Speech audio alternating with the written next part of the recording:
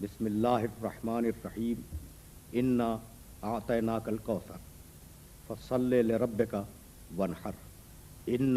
شانئک هو الابتر صدق اللہ العظیم۔ عزیزان محترم، سورہ کوثر کی تلاوت کا شرف حاصل کیا گیا۔ اس مختصر ترین سورے میں 3 آیتیں ہیں، 10 الفاظ ہیں اور 42 حروف ہیں۔ اتنے اختصار کے باوجود اس سورے کی شان یہ ہے کہ وہ قصیدے جو بڑے بڑے عرب شعراء نے کہے تھے اور خانہ کعبہ کی دیوار پر آویزاں تھے، جب اس سورے کو ان قصیدوں کے مقابلے میں پیغمبر اکرم نے وہاں آویزاں کروایا تو ان عرب شعراء نے جو زندہ تھے اس وقت، انہوں نے اپنے قصیدے وڈرا کر لیے اور یہ سورہ بطور معجزہ اس دیوار پر آویزاں رہا۔ کیا ہے اس سورہ مبارکہ میں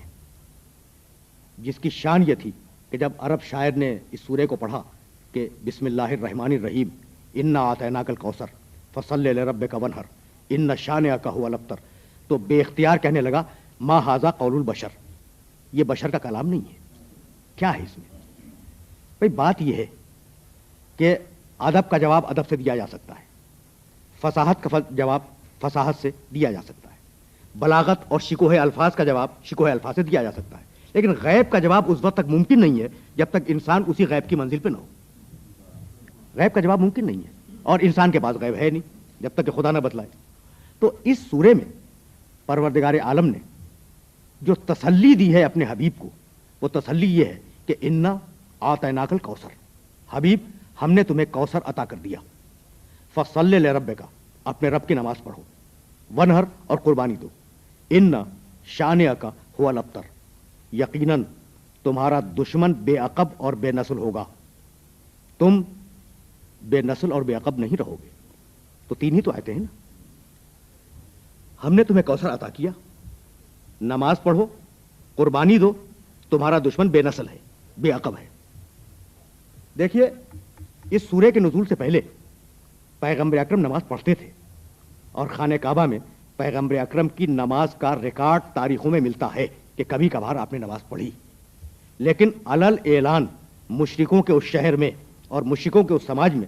پیغمبر اپنی نماز کو خانہ کعبہ کی 4 دیواری میں ادا نہیں فرما سکتے تھے۔ حضرت خدیجہ کی ساری دولت صرف ہو چکی تھی، موجود نہیں تھی، اور پیغمبر اکرم تنگ دستی کی زندگی گزار رہے تھے۔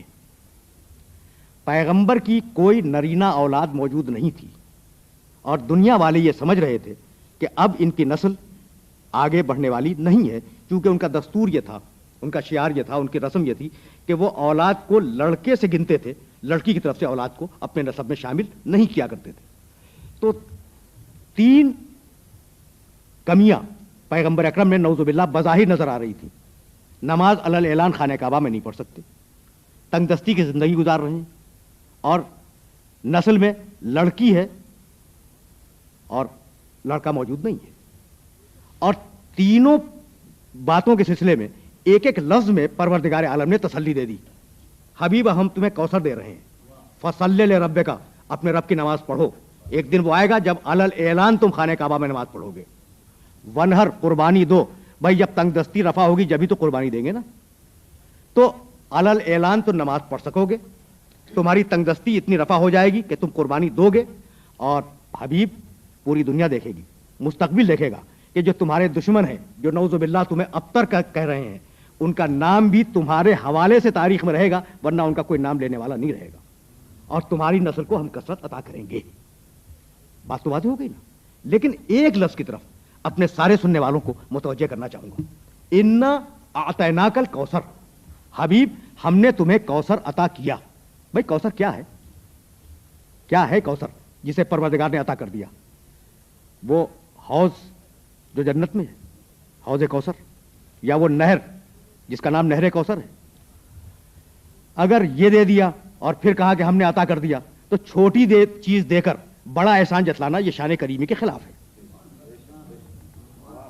جنت کی ایک نہر دے کر یا جنت کا ایک حوض دے کر یہ کہنا کہ ہم نے تمہیں کوثر عطا کر دیا، یہ شان کریمی اور شان رحیمی کے خلاف ہے۔ تو یہ عرض کروں کہ پورے قرآن مجید میں لفظ کوثر ایک ہی مقام پہ ہے نا، یہ اتنی بڑی کوئی شے ہے جو کسی اور نبی کو نہیں ملی سوائے پیغمبر کے، کوئی ایسی بڑی شے ہے جو سوائے پیغمبر آخر کے کسی اور نبی کو عطا نہیں ہوئی۔ کوثر کے معنی خیر کثیر، بھائی دیکھیے گا کوثر کے معنی کیا ہے؟ خیر کثیر، ہر اچھی چیز کثرت کے ساتھ،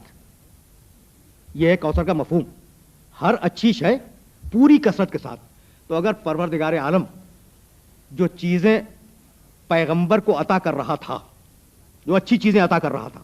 اگر ان کی فہرست گنانے بیٹھ جاتا کہ ہم نے یہ اچھی چیز تمہیں دی، یہ اچھی چیز تمہیں دی، یہ اچھی چیز تمہیں دی، اگر گنانے بیٹھ جاتا نا تو خدا کی قسم کائنات کے سارے قلم گھس جاتے، کائنات کے سارے ورق ختم ہو جاتے، اور اللہ کی اچھی دی ہوئی چیزیں جو پیغمبر کو عطا کی وہ ختم نہ ہوتی۔ اس لیے لفظ کوثر کہہ کر باقی مفہوم کو